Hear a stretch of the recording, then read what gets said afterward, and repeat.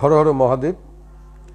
রাহুর দশা দেখুন, অনেকে রাহুর দশায় কিন্তু চরম ভুগছেন। যারও রাহুর মহাদশা যাদের থাকছে দেখবেন কুষ্টি বা ঠিকুজিতে রাহুর দশা আপনার কোনো প্রিয় জ্যোতিষী হয়তো বা দিয়েছে লিখে যে আপনার রাহু কাল চলছে বা রাহুর মহাদশা।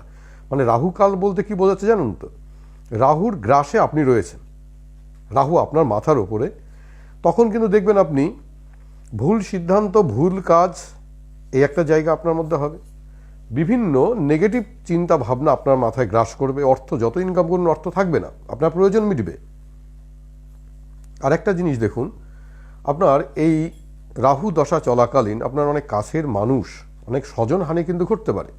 মামলা মোকদ্দমা, কেস খামারি যাই হোক না কেন এগুলি আপনার ঘটবে। মিথ্যে বদনাম, রটনা ঘটনা এরকম ঘটবে। তবে রাহুর দশার মুক্তির কিন্তু অনেক পদ্ধতি রয়েছে আপনার। আপনি যদি একটু মেনে চলতে পারেন তাহলে রাহুর মহাদশা থেকে আপনি কিন্তু মুক্তি পেতে পারেন।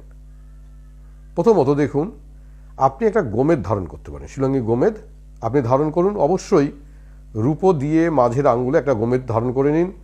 গোমেদ ধারণ করার আগে অবশ্যই সেটা শোধন করুন সঠিকভাবে।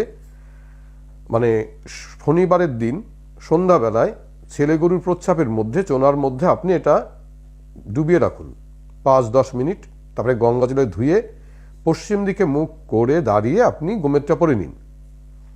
2 নম্বর, আপনি ধোয়া জামা কাপড় পরুন, রোজ পারলে রোজ, অথবা এর সাথে আপনি নিত্য শিব পূজা করুন। রোজ একটু যদি সময় না পান আপনি রোজ শিবের মাথায় একটু জল দিন, 3 বার জল দিন, গঙ্গা জল, ওম নমঃ শিবায়, ওম নমঃ শিবায় বলে।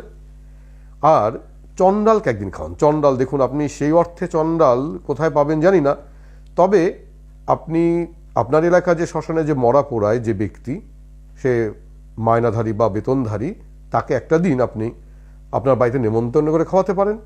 অথবা তাকে আপনি 201 টাকা তার হাতে দিন যে আপনি এটা খেয়ে নেবেন। দেখবেন আপনি রাহুর দশা থেকে মুক্তি পাবেন। আর অবশ্যই মাথায় রাখবেন, নিজের মানসিক জোশ এই দশা চলাকালীন রাখবেন, তাহলে রাহু কিন্তু আপনাকে গ্রাস করতে পারবে না, অবশ্যই আত্মহত্যার দিকে নিয়ে যাবে না। ভালো থাকবেন। হর হর মহাদেব।